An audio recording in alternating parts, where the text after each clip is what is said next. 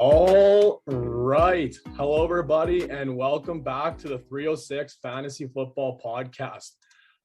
We were supposed to drop them. We told you guys we're coming up next week, but there's just too much juice to let a week slide by. We'd be recording for what feels like 5 hours next week if we let this one slip away. So here we are with a little special episode number 43. We're going to be going through a little bit of the free agent frenzy here. We're going to go through the free agent recap, and we're going to, as we're all teachers, we're going to give the letter grade. We're going to grade how each team did and what each signing was and what we think a little bit of value to each of those signings are. So not a regular episode. We're not going to go through all the major segments, but we're just going to go through a handful of the signings here just to keep up with the news and be able to keep you guys up to date. So before we get going on to that, I'll throw it over to the fellas and see how they're doing over there. We'll start with Zach. Zach, what's going on? I am living in all my glory right now. This is one of my favorite times of the year. I think I mentioned that last week. Free agency and the draft are two of my favorite parts of the NFL season. Certainly favorite parts of the off season. So I am very much excited. Yeah. Oh, yeah. It's nice to finally have something to talk about. And I mean, it's been maybe a month since the Super Bowl, but it feels like it's significantly longer than that. But I'm just happy we got a little bit of football action going on here. Armin, what about you? What's been keeping you busy? With all this free agent news, trying to keep up, just like Zach said, finally something to talk about. And then we got March Madness coming right up here, man. I'm excited for it. It'll be great. I'm hoping my bracket won't get busted too quickly, and let's let her rip and watch the madness unfold, both free agents wise and with college of hoops. Oh yeah, this is by far one of my favorite times of the year. In a little bit in conjunction with what Zach had to say, but I'm a big time March Madness fan, like absolutely diehard March Madness. So I'm super pumped that's here. I'll be glued to the TV, especially as Thursday, Friday games come around. And I think a guy could hold their breath and see how long it takes for their bracket to get busted. I don't think I'm going to even pass out because usually it's by the first or second game, that's for sure. But yeah, I'm always glued to the TV. This is the first year won't be making a bracket with my students. I always do a class challenge where each class makes their own bracket and have a little competition amongst the classroom. So it's going to be weird. I'm going to have to just trust on my own bracket and try and beat all the staff, I guess, and see how that goes. But yeah, I'm super excited. March Madness time. It's undefeated, can't be beat, I think. So that being said, I think we'll get into a little bit of insiders and headliners before we get into the franchise tags and the signings here. So this is going to be our brand new drop here for the insiders and headliners. So let's get to it. I've just been handed an urgent and horrifying news story.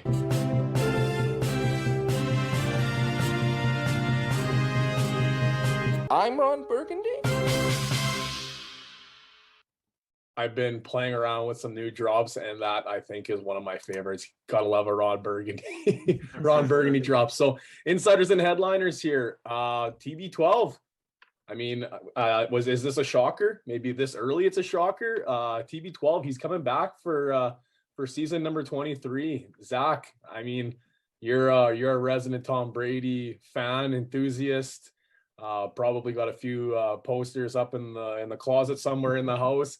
TB12, are you surprised it came this early? Do you think he was coming back? Period. What are your thoughts?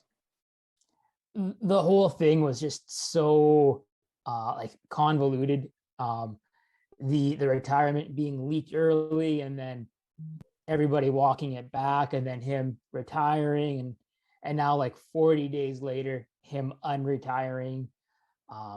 So I don't know what to make of it. I do know all the GIFs and all the memes were out in full force when he made that announcement. I think I saw that same Jordan Belfort, Wolf of Wall Street scene. I'm not leaving. Yeah, like a dozen times within like minutes. So a lot of jokes about him like taking the kids to school one day and being like, oh, not doing this for another year. So yeah, the social media was pretty fun for that day and a half or so. Oh yeah. It was so funny. We were sitting down for family supper and I was trying to keep up with it on social and stuff like that. There was signings and trades and everything. I was trying to keep up with it. Put the phone away for about an hour to have family supper. I come back and my phone is just blown up. Like, what is happening? Yeah, TB12, he'll do that to you. Between the my mother-in-law is who broke the news to me. Like, Armin, you got to get on Twitter, man. You got to get on Twitter, Armin. Well, I was in the middle of supper, then she somehow saw the headline, and yeah, it was wild. I was very curious if it was all of a sudden Tom Brady's coming to retirement, but he's not going to be a Buck, like maybe he was coming to retirement to sign a one-day contract with New England or something. Maybe there's some sort of, I don't know, something that was happening that was not being reported, but no, I think he'll be back for 23. And well, sorry for the guy that paid 500 G's for the last Tom Brady touchdown ball, because that's a real kick in the nuts, I think, at this point. Another big piece for another quarterback, Deshaun Watson, who sat out the entire, well, no fault of his own, not his own decision, but a decision from the organization. Deshaun Watson sat out the entire season due to criminal accusations, went to the grand jury, and the grand jury found him not guilty of criminal charges. That doesn't mean the other allegations are dropped or nothing. They're still against him, but they're civil suits, not criminal suits, which, as Deshaun Watson, the football player, or as a fantasy owner, that's good news. That means he will not be seeking jail time or seeing jail time if found guilty of these accusations. So now with the criminal matters in the rearview mirror, now teams are starting to stir the pot up a little bit on some trade talks. Obviously, a lot of teams had made offers. The original reports was that it was down to just two teams, Carolina and New Orleans. But now within the past little bit of 24 hours, the Browns have started heating up a little bit of trade talks. And now apparently Atlanta could be a dark horse to try and throw out a significant offer to Deshaun Watson. So now, I mean, we're sitting here speculating that's what a lot of the offseason is. But if you had to try and make a guess, which of these four teams, maybe not necessarily which team's going to get them, but which of these four teams do you think might be the best fit for Deshaun Watson moving forward here? Start with you, Armand. I was kind of looking at it, and I was thinking Carolina originally here, but I'm starting to like the idea of the Browns more and more. Baker, they've said he's the guy, but there's also been discussions about, well, maybe he's not the guy. Maybe they're willing to take a shot on something if it's going to be a tangible upgrade to Mayfield. And Deshaun Watson is definitely an upgrade to Mayfield. And you think about who they have now. They got Njoku, franchise tag. They got Amari Cooper.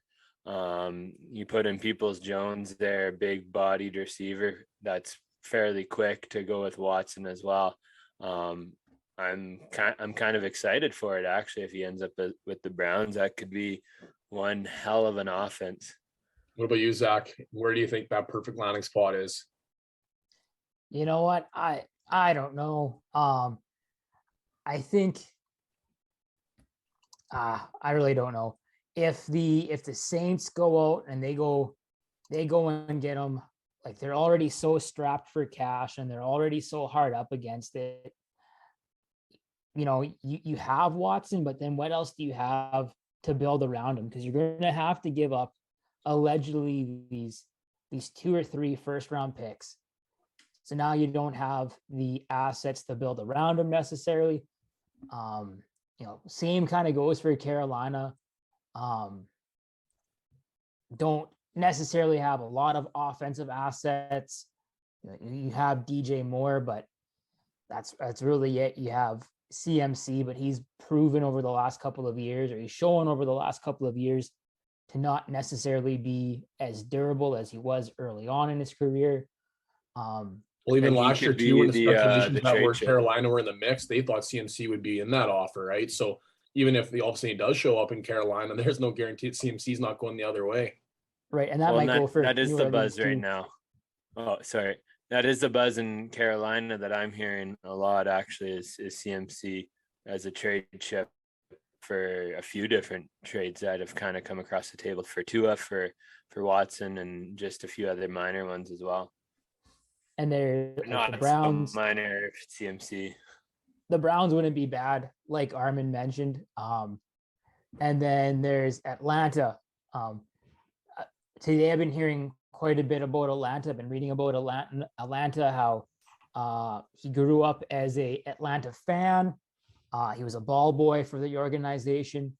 And then just maybe an hour ago before we started recording, I saw that there's speculation that him, Allen Robinson, and Will Fuller might be in cahoots together, and they might all be angling to kind of be like a package deal with the Falcons, a team that I believe has decent cap space, a decimated receiver room, and a trade chip in Matt Ryan that might be able to get them, something else on top, right? So I wouldn't count out Atlanta, but I think they might be the least realistic option at this point.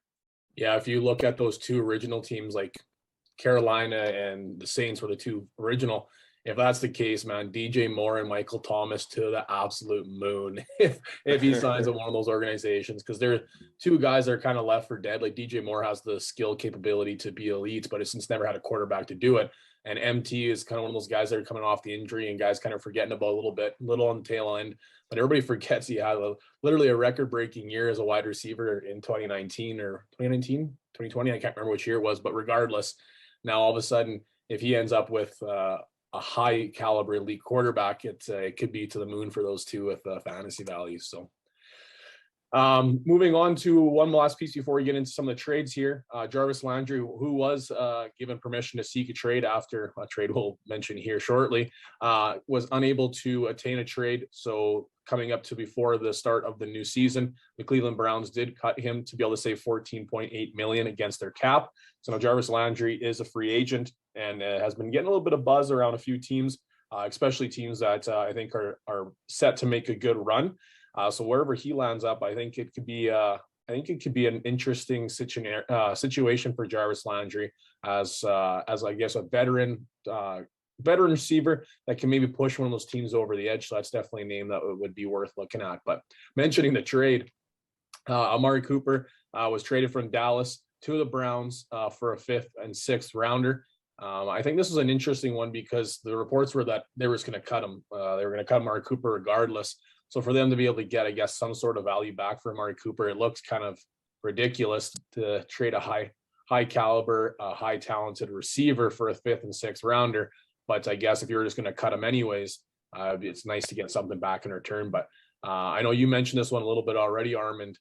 You think the Browns made out pretty good with this one, eh? Yeah, I like it. I like Cooper over Landry. For sure. I think he's the better talent. He's a little bit more explosive than Landry is.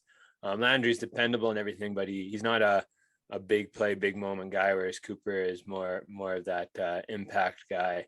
And then you look at they freed up space by releasing Landry. They don't have OBJ anymore to worry about.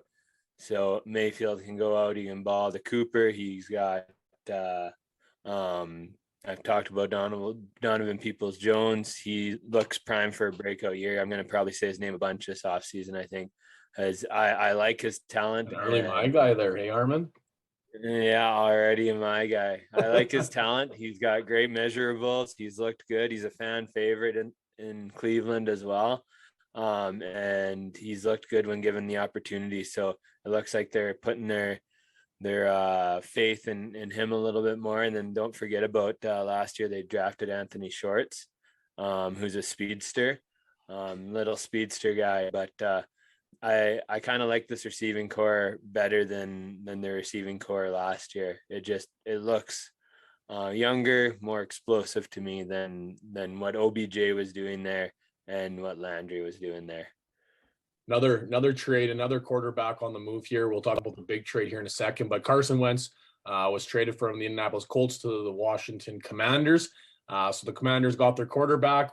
Indianapolis is happy to move on. What does this outlook maybe change things up for a little bit for Washington now?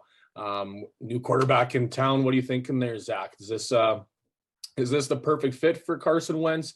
Is this a bridge deal for Washington maybe, or do you think Washington, after missing on some of the big names, this was their guy they wanted? I don't know if this was the guy they wanted necessarily. In the days following the trade, there were reports, there were rumors that they were right in there with Russell Wilson before he ended up with the Broncos. They offered a really good package, is my understanding, multiple first-round picks. But the Seahawks wanted him out of the NFC if they were moving him. So he ends up going to the AFC, to the Broncos. And then it almost seems like Washington was just panicked. They knew they needed another quarterback, and it seems like they just made a move to make a move almost. Now it's even more unfortunate that I guess it's not unfortunate, I shouldn't say that, but now that Deshaun Watson is, criminally he's free, that maybe the Commanders would have went after Watson had they knew that beforehand. So I don't think this is a great fit necessarily.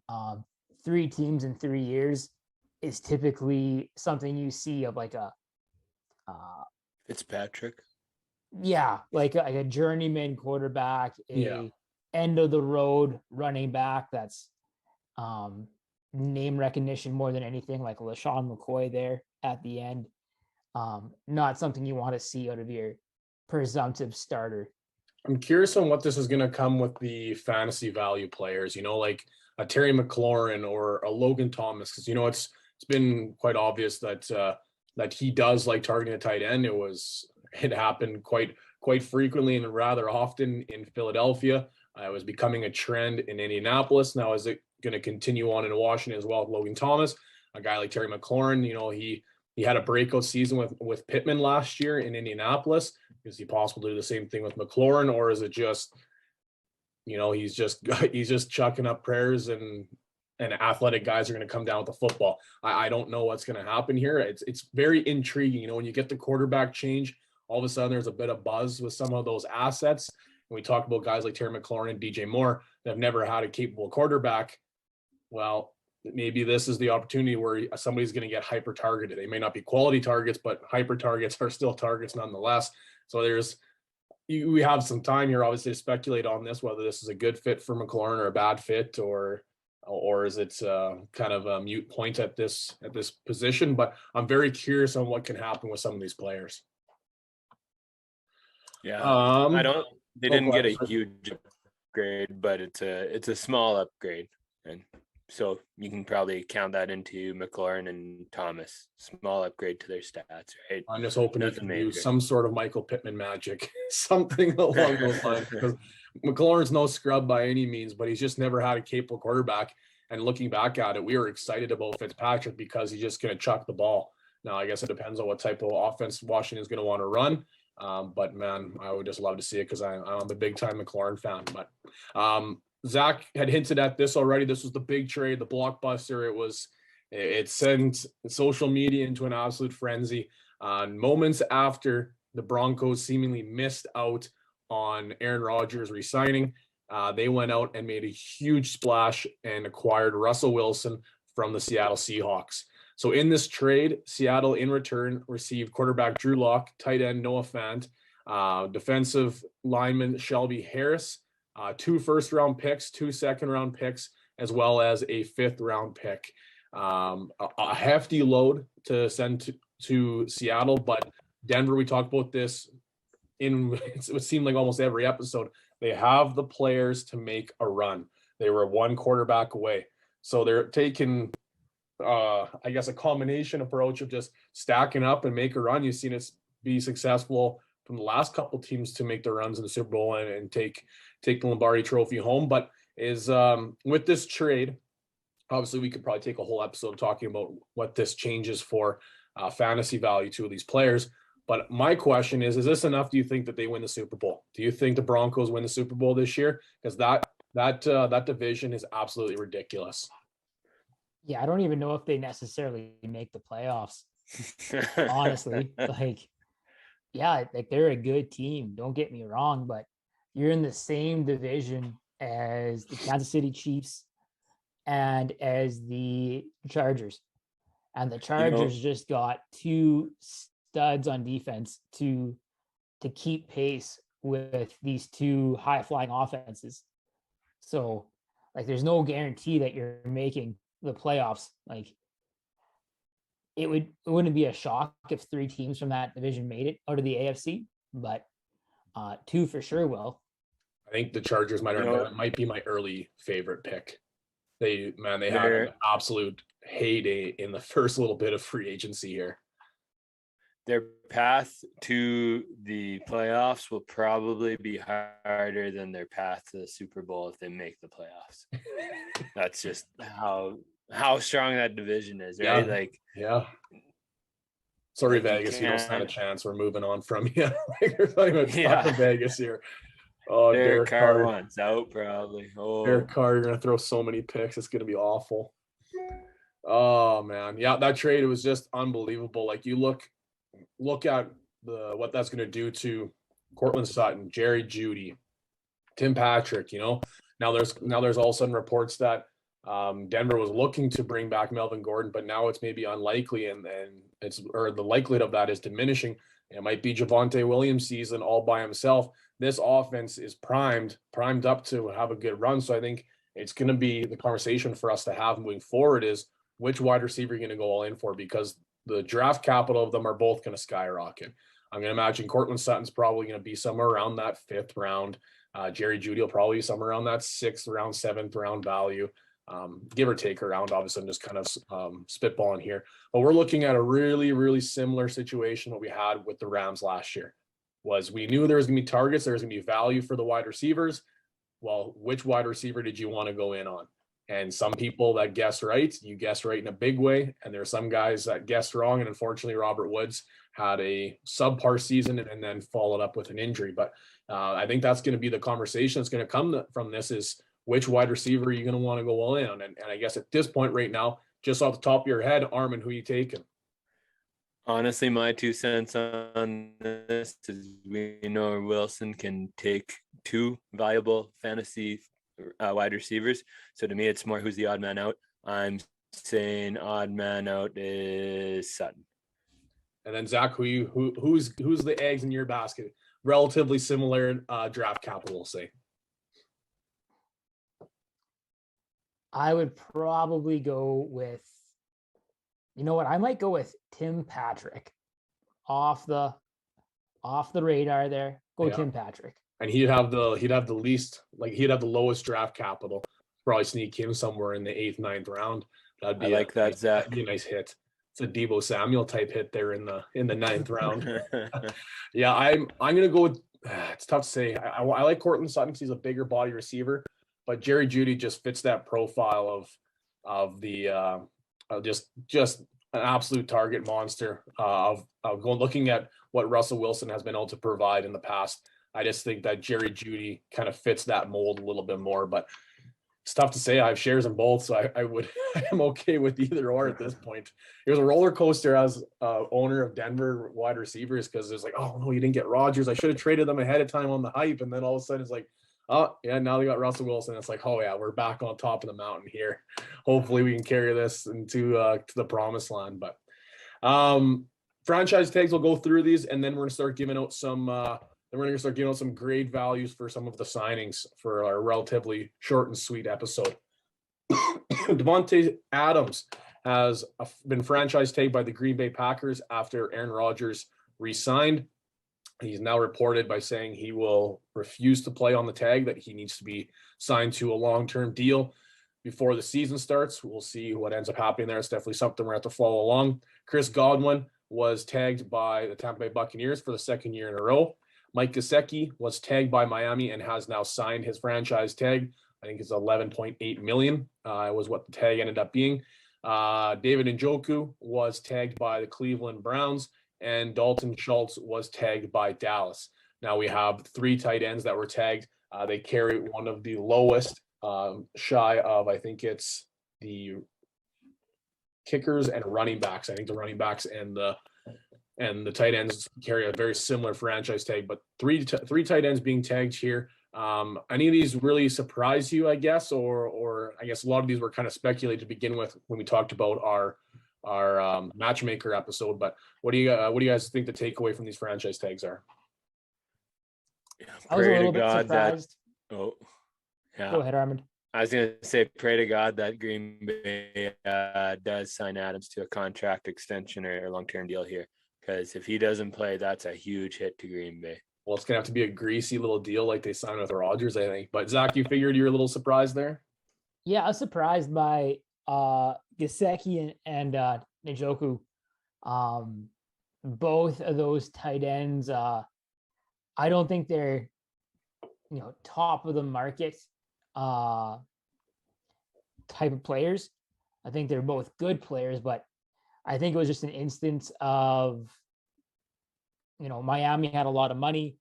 They had to spend it somewhere. And Njoku, I really don't know what Cleveland was going after, because it didn't seem like they used them a hell of a lot this season. So they have a lot of 2 tight end sets, like we talked about in the last episode there. They run a double tights quite a bit, but now they have 3 tight ends between Harrison Bryant himself and then obviously Austin Hooper as well too. So unless unless there's something that they're going to be shifting to and targeting the tight ends even more, or running those double tight sets, maybe for the utilization for blocking, they want to run the ball even more than they did in the past. I don't know, but I agree with you on that one, Zach. That's a bit of a head scratcher. And that was actually the very first franchise tag to come out too. So to see that one come out, all of a sudden I was like, oh, all right, I guess this is where we're going. It's tight end franchise tag season. So going into our signings, we're going to be going through these a little bit, alternating here. And we'll toss a letter grade at them. And I'll start it off. We're going to go with the quarterback position first. Aaron Rodgers staying put. Obviously, the saga of Aaron Rodgers that seems to never be ending. He signed a $150.8 million contract over 3 years. It is very back end loaded with a lot of dead cap to try to maneuver around their very interesting cap situation that they put themselves into this offseason. So Aaron Rodgers staying put. I put this as a B+. I think that in a situation now where Green Bay's at, to try and bolster their offense with a lot of stud weapons, I think they're going to be in a bit of a pinch.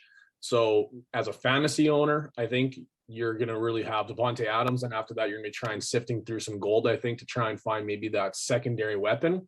I think for Aaron Rodgers, it's a good fit to return there to the weapons that you have, and we obviously, this is good fit for Davante Adams, or it's good for Davante Adams. It's good for Aaron Jones. It's good for, I'm not even going to say his name, Armin. I'm just going to skip past him, just throw some shade. But as a Packers fan, I think this was a good fit. But I think if he would have left someplace else and gone to, i.e. Denver, i.e. Pittsburgh, there was a lot of already established offensive weapons where you could have kind of spread the wealth a little bit and could have been on what I think is going to be a championship team, where I think it's going to be a little bit more difficult with the cap situation there for Green Bay to try and get enough weapons to try and make his way to the Super Bowl. So my opinion, I'm going to give it a B+.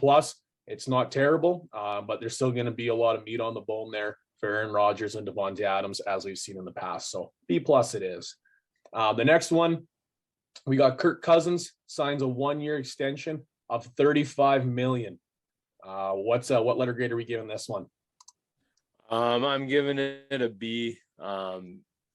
As much as I hate on Cousins and don't want to see him as a Viking anymore and want to see a new QB in there, there wasn't a lot of options to fix it immediately here, and there wasn't anything really better that they could get out there unless they're going to trade for Watson all of a sudden. B, because you got what you needed to do, but it wasn't spectacular by any stretch of the imagination. All right. Our next one is Mitchell Trubisky signing with Pittsburgh for a 2-year stint. Zach, what are you giving this one? I actually really like this deal for both sides. I like it so much that I gave it an A. So that it's a 2-year deal for $14.25 million that can go up to $27 million if he hits all of the incentives, is what CBS says. And I think that's good value for a starting quarterback in today's NFL. Now, I like this deal a lot for Pittsburgh because you can't really go wrong, I don't think. On the one hand, Trubisky plays really well. He played like he did his sophomore year in Chicago, and he is anywhere from like a 20th to a 15th best quarterback in the league.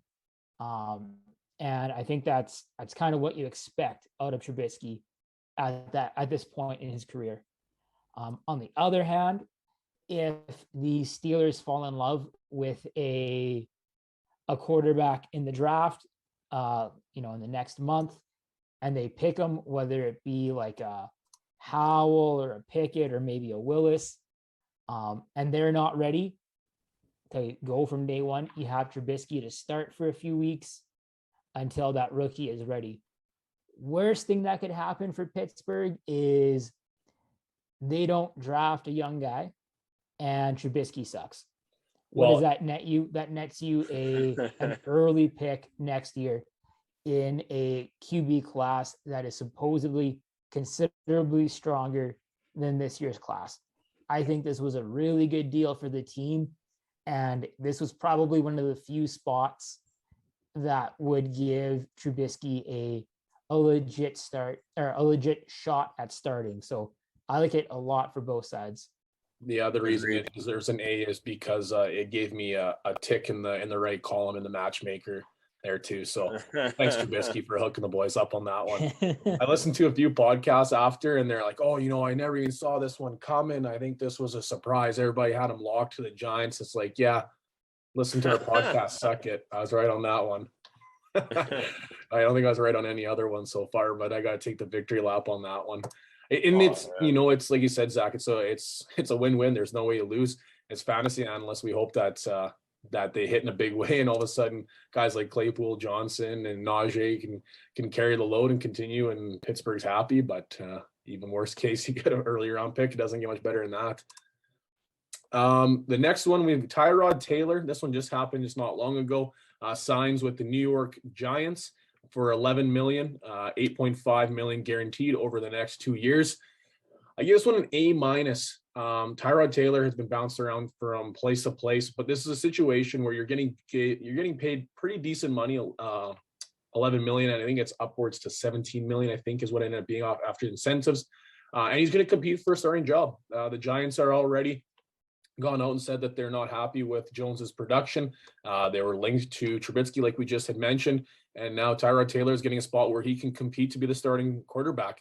And if he starts and he ends up becoming the starting quarterback, then hey, good for you. You're starting quarterback in the NFL again. He's had an absolute string of terrible luck, unfortunately, for Tyrod Taylor to keep losing starting positions. But even if he isn't a starter and he's the backup, you're getting paid $11 million to be a backup quarterback. So I think for Tyrod Taylor, a guy that's had unfortunate luck, this is an opportunity where you can go and you are going to be in a true battle for a starting position. And if he ends up kind of getting that position, then good for you, Tyrod Taylor.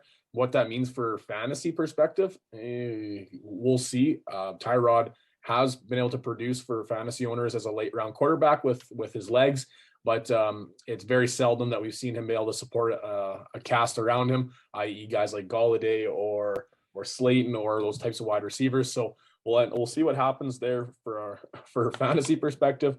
But for Tyrod Taylor, good for you getting a little bit of money here and going to be able to compete to be a starting quarterback once again in the NFL. Oh man, I sure hope he gets it.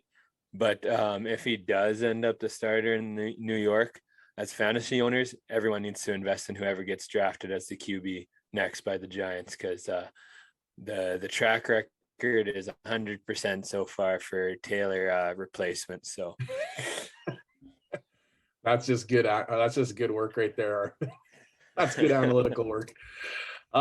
Switching to the wide receiver positions, I'll take the first one here as well. Wide receivers, Mike Williams. He was one of the first ones to sign the deal, and he ends up re-signing with the Chargers for $60 million over 3 years. And I gave this one an A plus, and because it doesn't get much better for Mike Williams as the player, and it doesn't get much better for us as fantasy owners of Mike Williams. The only thing I think that maybe would have sucked is if you were stockpiling some of the secondary and tertiary weapons in Los Angeles, hoping he leaves and you're trying to kind of hit some gold. But as Mike Williams, if you would have left somewhere, there's no guarantee would have got better. You don't know the system. You got to get established, and you have to be able to connect with the quarterback.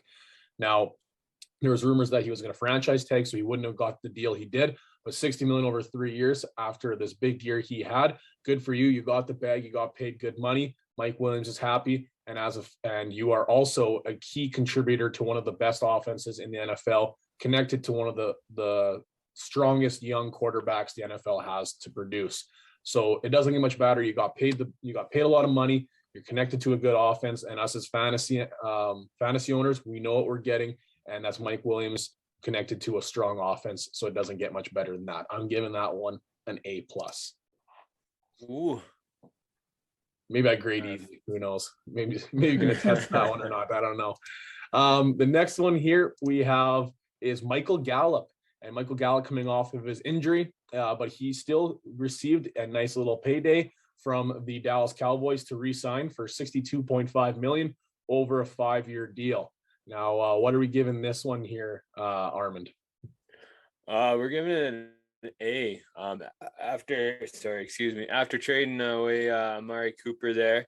Don't be thinking that Gallup is the guy now, right? Because there's a young guy that happens to go by the name of CeeDee Lamb that is going to be the new number one dog in town, and kind of already is, right? So expect Gallup to continue on doing what he's been doing his whole career so far, and he got paid accordingly, and he got a long-term deal. Good for Dallas because they get a nice quality number 2 receiver for a little below market value, I think. But Gallup, he gets the money, and he gets a long-term security of 5 years. So good signing for both teams, I think. Next one on the docket here was a massive payday, and Zach's going to take care of this one. Is Christian Kirk signing with the Jacksonville Jaguars, $72 million over a 4-year stint. I think if I remember correctly, it could be upwards to $84 million throughout the 4 years. But Zach, what do you think of this Christian Kirk signing? So this is a really interesting signing, I think, on a number of fronts. Historically, there have been very few receivers that have hit the open market that have cashed in to this level, that have paid off for their new team. Historically speaking, teams typically don't let these types of difference-making receivers hit the market. I think the Jaguars and I think Trent Baalke is their GM, paid Kirk like a alpha number 1 receiver. But just because you pay them to be that doesn't mean they're going to be that. I'm somebody that really likes Christian Kirk. I loved him in Arizona. I was looking at him getting a deal more in the ballpark of maybe a Michael Gallup. And now Kirk's contract makes Gallup's contract look like a huge deal, like a really good deal for the Cowboys. Kirk, over the past 3 years, hasn't finished better than a just outside wide receiver 2. This year was his best finish at wide receiver 26, and he's never eclipsed 850 receiving yards. I do think he is somebody that in a premier spot as a number 1 target could surpass those numbers, but I don't think he's top 5 receiver money worthy. It's almost as if the GM there in in Jacksonville went full like Leroy Jenkins and just went crazy. Oh man, what a good reference. They had money to Oh. spend and they spent it in a big way. Certainly so. So I- that's a C for me there. I think you're grading too nicely there, Zach. Like, well, that one's like a D or F in my books. Yeah, Armin, I don't think it's not like they signed like a scrub, right? Like I think Zay Jones was probably a more egregious signing yeah. than Christian Kirk. Don't worry, we'll get to that one here shortly. Don't you worry. I'll take care of the next one here. And you know what? I love this deal. It was as close to an A plus, I think, in my opinion. DJ Chark signed with the Detroit Lions this morning for $10 million over 1 year deal. Now, DJ Chark was a name that was linked to a lot of teams, and it was kind of speculated that he could end up going to some major contenders. A guy coming off an injury the year before that was a Pro Bowler. Now, what do we know? What do we think of DJ Chark? Now, for the Lions to be able to get him on a 1 year deal, $10 million, this was a great fit for both players. DJ Chark is on a 1 year prove it deal. And on that 1 year prove it deal, he's on a team that needs wide receiver help and can be showcased as the guy. Now, I know we're coming off of an Amon-Ra St. Brown huge season, but Monroe's not going to carry the load. Hawkins is going to come in. I think, actually, to be honest, the signing is going to help Hawkinson a lot. It's going to create a lot of open space for him. Now, I'll save that for another day. But this Chark signing is perfect for not only him and the organization. If he balls out early in the season, give the man a contract, lock him down long-term, and you got your guy. If he stinks and he's terrible, you've got a 1 year prove-it deal, and you're in a rebuild anyways. Who cares? You move on from him, and then you sign a big name in free agency, or you can go and target some guys in the draft. Now, by them picking up this 1 year prove-it deal on a very young, potentially pretty talented wide receiver, it allows them to use their draft capital in this upcoming draft to be able to rebolster up their really weak defense. So in a draft where defensive players are very strong, they're going to use a lot of the draft capital this year to rebuild that and then hopefully hit on a 1 year deal. So I think this was a great signing for not only Chark and a great signing for the organization as well. I'm going to give this one an A because I think it benefits both them significantly. Next signing we have is Cedric Wilson signing with Miami Dolphins for $22.8 million with $12.75 million guaranteed over a 3 year stint. Now, Zach, you got this one.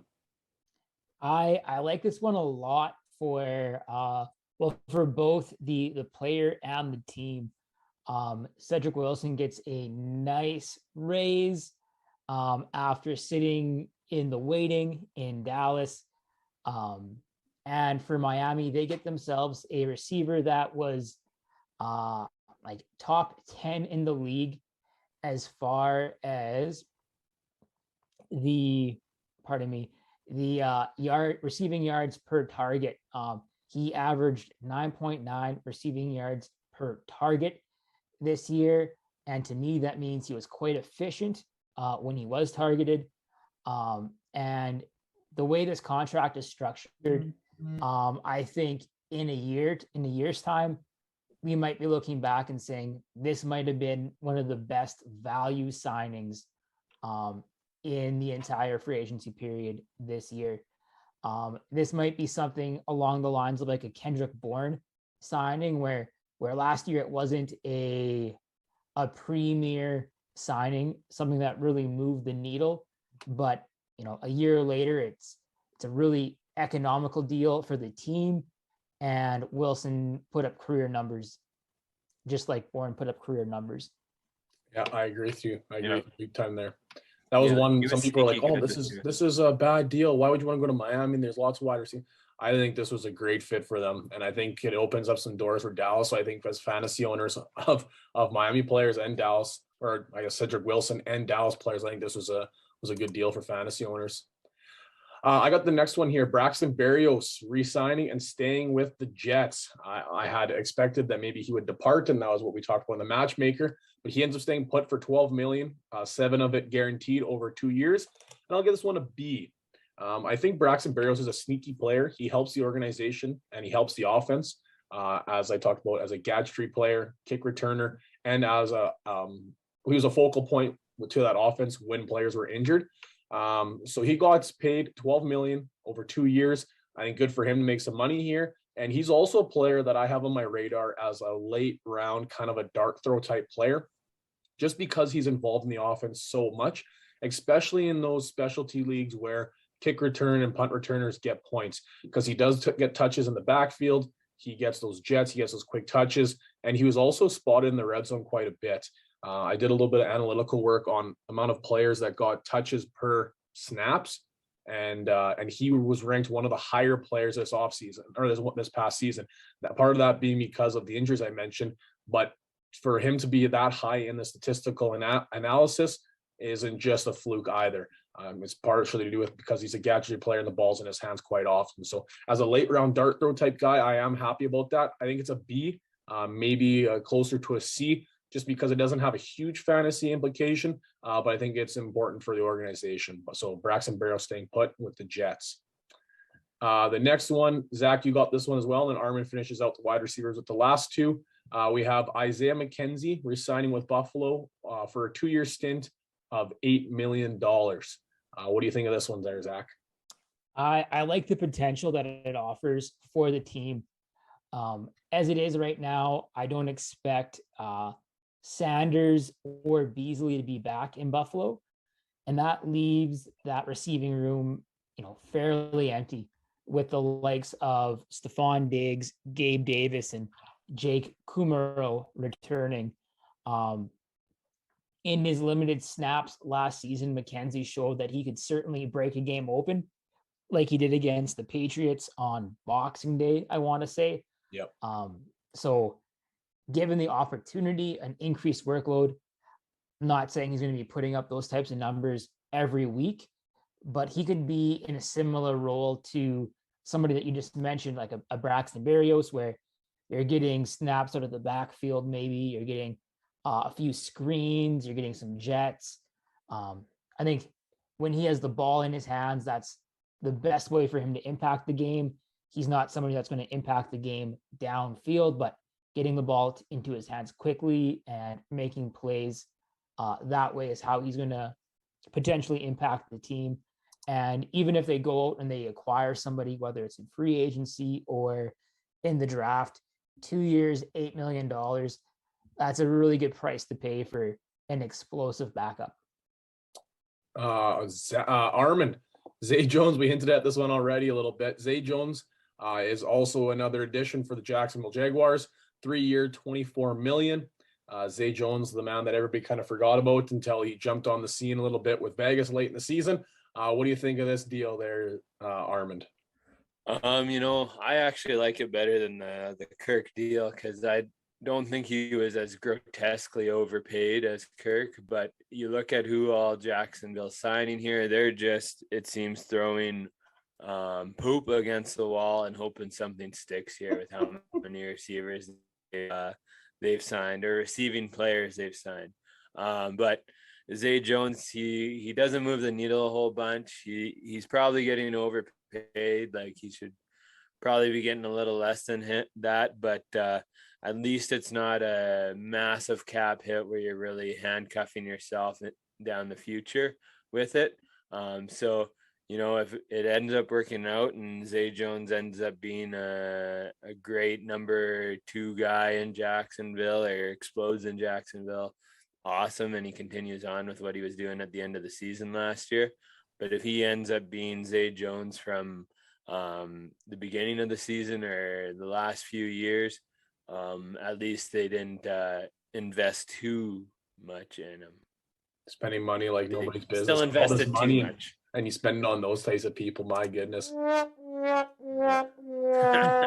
Russell Gage, our final wide receiver here. We got Russell Gage just signing with the Tampa Bay Buccaneers early this afternoon. You got this one as well, Armin. What do you think of that one? Do we have the numbers for this one yet? First off, I think I saw somewhere that it was 3 for 30. Okay. I gave it a D. It's virgin on F for me. He had a lot of hype coming into this season. He got the opportunity to be the guy in Atlanta this year, and he he kind of fell flat. Like, he didn't show a ton that said this is a amazing receiver who deserves to be a wide receiver one in the NFL. Now he is going to be a depth guy for Tampa Bay, and that's I guess good for Tampa Bay to have kind of a bit more receivers, especially with the injury problems they had this last year with the receivers. But he's behind Mike Evans and Godwin yet. Gronk is gonna be back, I think, still, right, boys, as far as we know. Yeah, there's speculating, but there's nothing confirmed yet. Okay. And so he's not gonna move the needle a whole bunch. He's just kind of another receiver to sign another receiver. I don't think he's that great yet.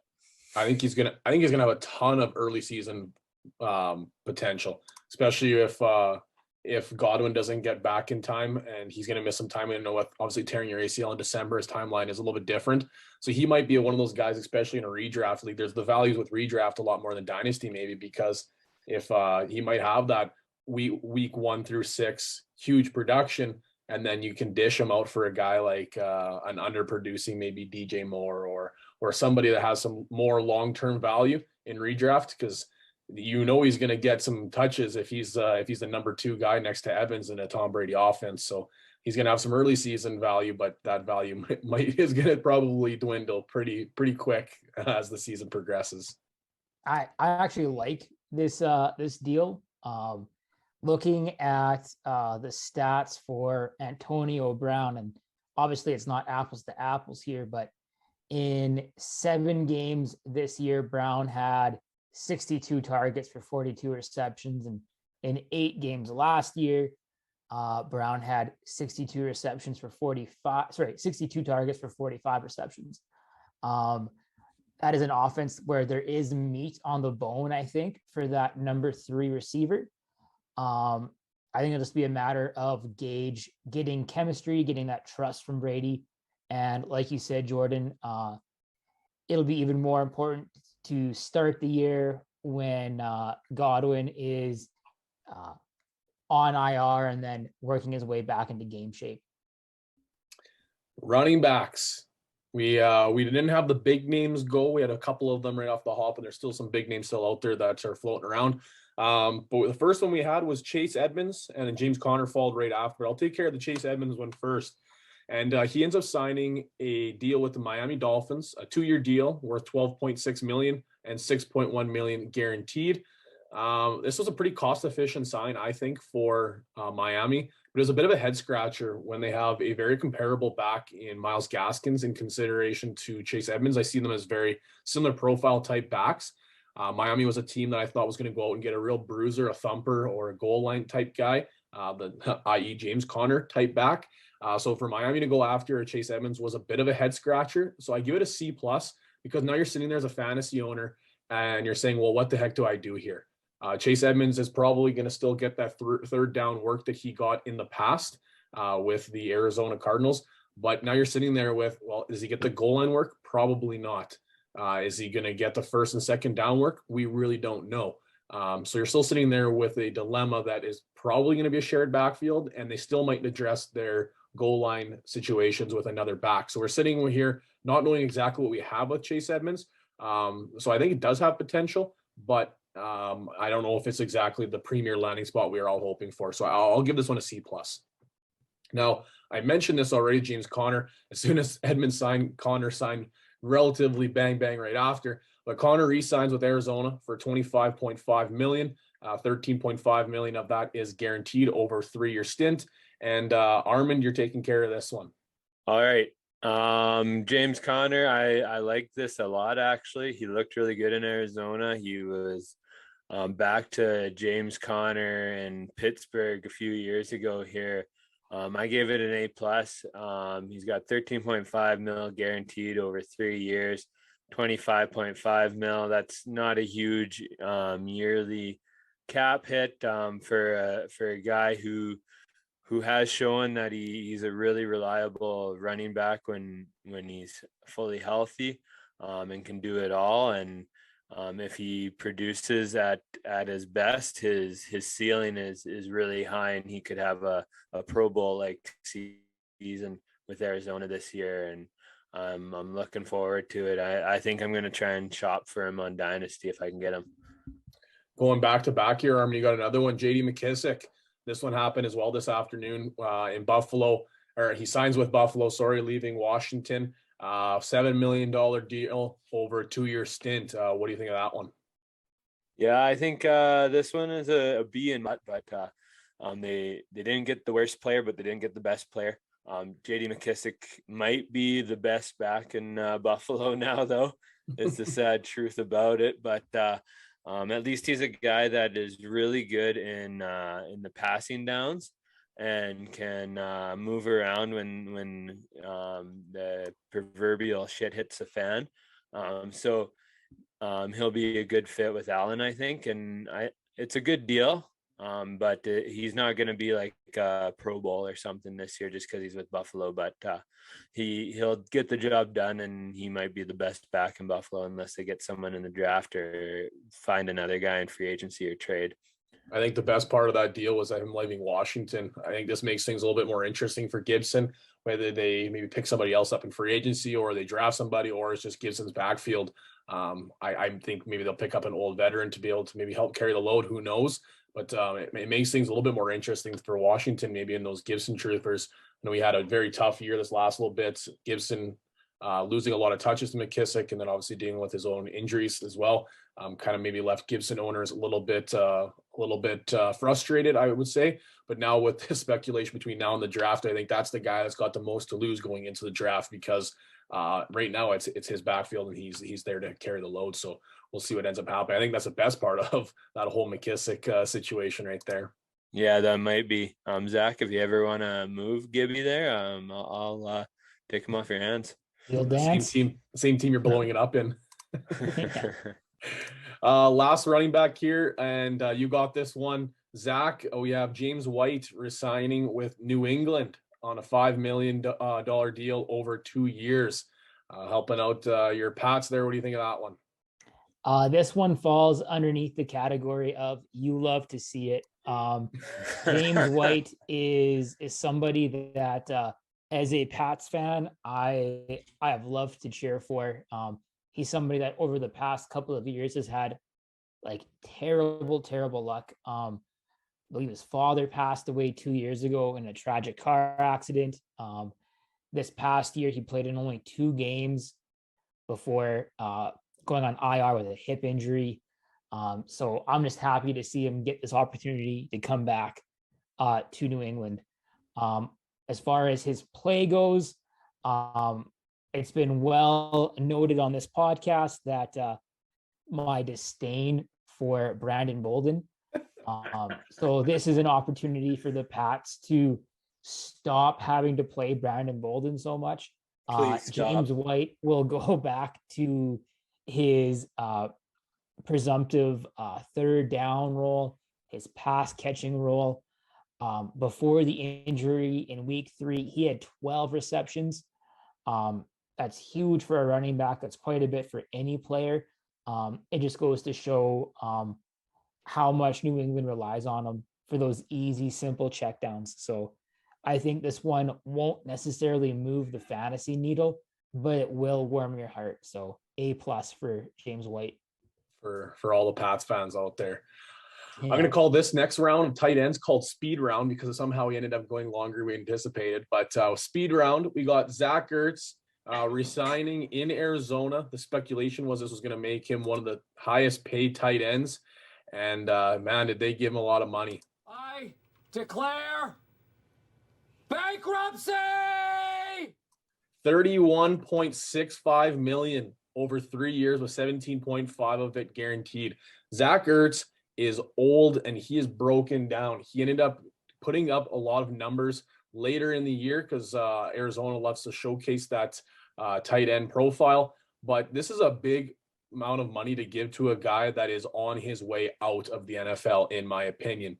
He's going to have relevance as a tight end type streamer. I think he's going to be highly drafted because of this deal. and he's going to be off my board. And that's a lot of money for Arizona to throw up there, especially when you're looking at this is the type of deal that a lot of these wide receivers were getting, this 31 million over 3 years. That's pretty comparable to a lot of wide receivers, especially when you look at like a DJ Chark getting a 10 million over 1 year. It's pretty comparable if you spread that money over a 3-year time. So to be able to give that money to Zach Ertz, who is on his out, I would say I gave it a B because he's staying put. And as a fantasy owner, I like to see that he's staying there where he had success in Arizona. So it's a B as a fantasy owner. But as Arizona Cardinals, this was a bit of a head scratcher for me. So I don't quite know what Arizona was doing. I think if they had the funds, maybe it would have been better allocated someplace else. But here we are. Zach Ertz is staying put. Will Disley re-signing with Seattle, 24 million over 3 years. Armand, giver. You know what's incredible? He got paid the same amount as Zay Jones. So I'm giving this one an F because really, like, Disley hasn't done much over the last 2 years. They just got Noah Fant, who is a way better tight end than Disley in my books, and they got Everett there as well that they picked up last year. So he's the third tight end on the depth chart here, and he's 24 mil for 3 years. That one's a head scratcher to me, more of a head scratcher than Zach Ertz. Real head scratcher here. As we're recording this, there is a really good chance that Baker Mayfield may be traded. Zach actually just side texted in our group chat. You guys got to go look at this farewell letter that Baker Mayfield's put out. As we're recording here, I can't multitask, read and write at the same time. I'm not that smart, but obviously we've talked about the connection with the Browns possibly going after Watson here. Now with him going out and putting this farewell letter, the likelihood of them going out and getting Watson in this deal is pretty high. So that's something that by the time this podcast drops, as we're concluding here with our tight ends, it could happen. So I'm not going to say breaking news because it's not official yet, but that's something to definitely keep our eyes peeled out for here in the next couple minutes. Mo Alley Cox re-signing with Indy. This was a name I threw out there that I was really hoping was going to re-sign. 18 million over a 3-year term. Zach, you're taking care of this one. Yeah, this one's just kind of like a shrugging emoji, kind of like a Joey Bosa shrug. I don't know what to make of it. Like they lost Jack Doyle, so there's more tight end targets potentially going around in Indy. Question is, who's going to get him the ball? Is it going to be Garoppolo, Sam Ellinger, somebody in the draft? Yeah, it could be Mayfield. I did read before we started recording that that would be his preferred destination, actually, Indy. Whether he goes to Houston or they get Watson and then they flip him to Cleveland, that is, flips him to Indy, something along those lines. I don't know, but that's decent money. $6 million per year for a starting tight end. He's always had the allure of, former basketball player, college basketball player. He just has to figure it out. He has to put it all together. Well, there's not many more players in the NFL that I can say this about, but he's older than I am. So I don't think he's got many more years to figure this thing out. So he is a monster too. It just, oh man, I want it to hit so bad. And like maybe this year, maybe this is it this year. Who knows? But I think there's other tight ends out there that would have made a bigger splash in Indy for a comparable contract. So don't hate it, don't love it. Give it a C. It's an impartial. 2 tight ends remaining here. Zach, you got this one. Armin, you got the latter. Evan Ingram signing with Jacksonville. Jacksonville throwing that money around. $9 million over 1-year term for Evan Ingram. What's your thoughts on that one, Zach? Do you have the sound clip of Kevin Malone spilling the chili? I do not, but I will that's have what that one in stat. That's what this is. This is everybody's going to get to know each other in the pot. Yeah, what I do best. I don't like this one very much. I think they had a nice thing going there with O'Shaughnessy and Dan Arnold. And Dan Arnold, exactly. So I think this is I don't know, very confusing to me. I don't like it for the team or the player, especially if the player was hoping to use this 1-year deal to springboard himself into a more lucrative contract in the future. So I don't like it. And last one here, Armand, you got CJ Uzama signing a 3-year deal to go to the Big Apple, the New York Jets, for $24 million. Final tight end here, and our final signing here as we're recording. What do you think of that one there, Armand? Again, exact same amount of money as Zay Jones, except I think CJ Uzama might make a bigger impact than Zay Jones. So I'm giving it a B. He's a good player. He's a good tight end. He competes. He's not the top tight end in the league. That's not kid ourselves here, but he'll be a nice little piece for the Jets going forward, who, as far as I know, don't have anything in their tight end room that is remotely as good as Uzama. So it's a big upgrade at that position for them. Maybe a little overpaid, but at least they got a guy who can help in the run game, and which is what the Jets really want to get established based on their scheme and everything. And then another dependable target for their young QB there. Yeah, absolutely. And he's a locker room guy. He's an emotional guy. You know, he's goes outside the game of football, I think, in that signing too. So hopefully helps out that organization and a young quarterback. This signing could turn into an A+ by the end of the season, right? Or even mid-season. But as of right now, as far as we know for information, stays a B. But yeah, he could definitely be worth his weight in gold. Maybe opening the door for a Drew Sample season in Cincinnati too, but we'll have to wait and see about that one. Anything else here to add, fellas? I know we wanted to just kind of give some news and a recap of where we're at here so we can focus on a little bit of fun stuff on our next episode. But we had a ton of signings and they came fast and furious, and tried to keep up with us as much as I could on social media. And it was a whirlwind trying to post as much as we did there in that short span. But I think that's going to do it for our episode number 43 here. We're happy we could do this one. We weren't planning on it, but we wanted to throw it out there for you guys, and we just couldn't help but throw out some more content in a couple episodes here and there. So thanks for listening to episode number 43. We'll be out there with a little bit more game show fun stuff here on the next episode. And take care, everybody. On behalf of Armin, Zach, and myself, and the 306 Fantasy Football Clan, thanks for listening. Take care, everybody, and talk soon.